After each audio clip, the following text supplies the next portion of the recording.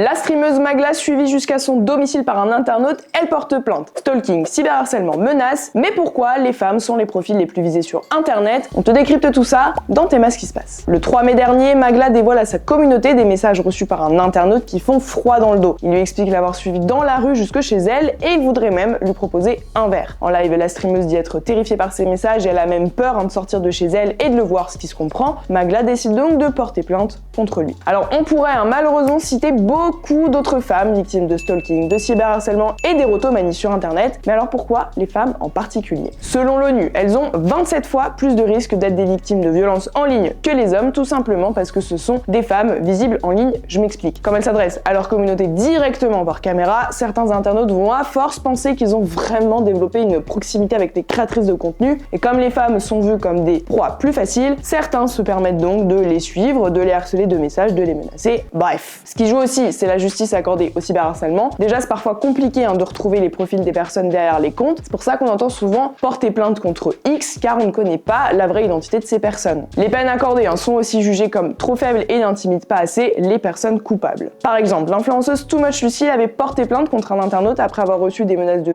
et de.